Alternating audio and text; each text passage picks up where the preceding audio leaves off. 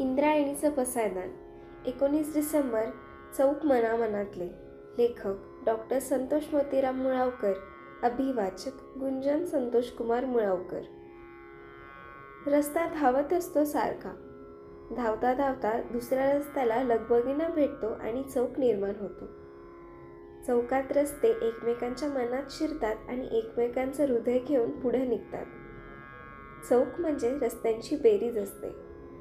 जमिनीवरच्या रस्त्यावर चौक असतात. आकाशातल्या रस्त्यात चौक नसतात का? सागरातल्या रस्त्यात चौक नसतात का? तिथं रस्त्यांची बेरीज होत नाही का?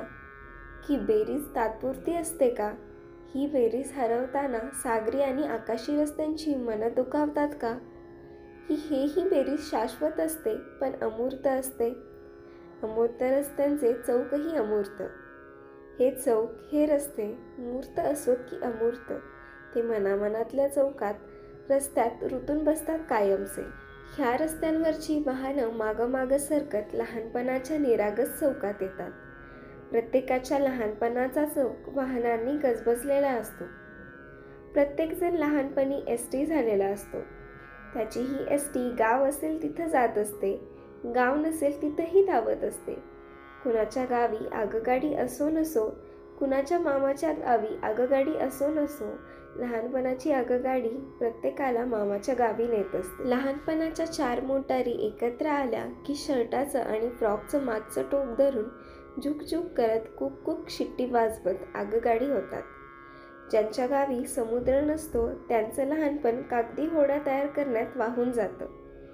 ज्यांच्या गावावरच्या आकाशातले विमानं जमिनीवर उतरत नाही त्यांच्या गावाच्या जमिनीतून खूप खूप कागदी विमानं उगवतात आणि घरातल्या, शाळेतल्या आकाशाला गजबजून सोडतात. वाहनांचे असे चौक प्रत्येकाच्या मनामनात असतात. तसेच कैक माणसांचे चौक वाहनांच्याही मनामनात असतात. अशाच एका चौकात धावत धावत एखादी रुग्णवाहिका येते आणि आपल्या मनातला चौक थरारतो. काय झालं? कोण अत्यवस्थ आहे? कुणाचा अपघात झाला का? कुणीही असो, तो पटकन बरा होवो. आपल्या मनाची आईच होते. आपल्या मनाची आई करणारी रुग्णवाहिका दिनांक 19 डिसेंबर 1905ला लंडनच्या रस्त्यावरून पहिल्यांदा धावली. त्यावेळी तिला बघणाऱ्या लोकांच्या मनाची अशीच आई झाली असेल का, की ती रुग्णवाहिका आहे हेच अनेकांना कळालं नसेल. त्यावेळी त्या रुग्णवाहिकेच्या मनात कोणकोणते चौक निर्माण झाले असतील?